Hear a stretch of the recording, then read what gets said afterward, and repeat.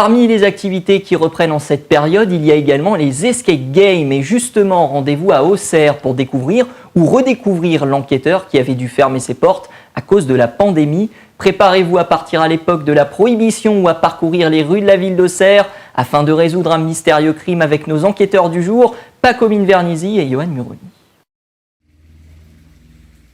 Depuis février 2019, Vincent, passionné d'escape game, vous accueille à 2 pas du Carré du Temple, place du Carré Saint-Antoine à Auxerre. Alors l'escape game c'est tout simple, hein, c'est un loisir du coup qui se fait en équipe. On vous confie une mission et pour ça vous avez 1 heure pour résoudre cette mission.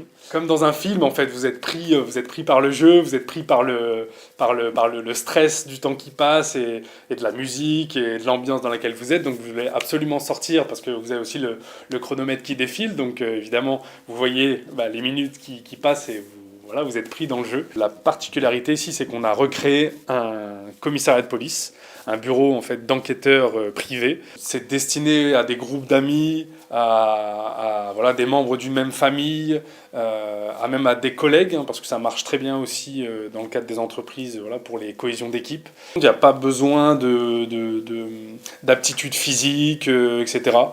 Outre l'impact du Covid, il faut pouvoir renouveler régulièrement les histoires. Il nous explique par quels moyens il compte répondre à cette problématique de taille. Ce qui était assez drôle pour l'anecdote, c'est que sur notre nouveau scénario de 2020, on a ouvert le samedi 14 mars, le matin, et le soir même, on devait refermer notre escape game.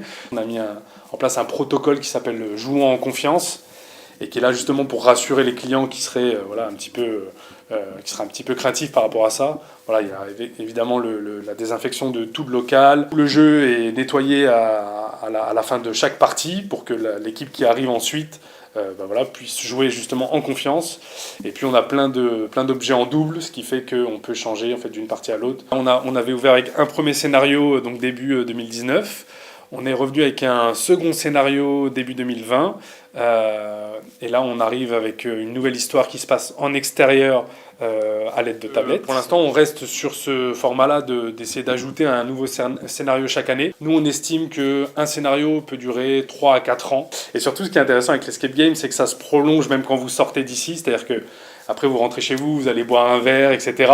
Et là, ça dure encore pendant 2-3 heures où vous parlez de ce que vous avez vu, parce que chacun a vécu aussi son enquête un peu de son côté, chacun a trouvé un peu des objets à droite à gauche. Donc voilà, on essaie vraiment de plonger nos joueurs dans des décors, dans une ambiance sonore, voilà, pour vraiment vous plonger dans votre film.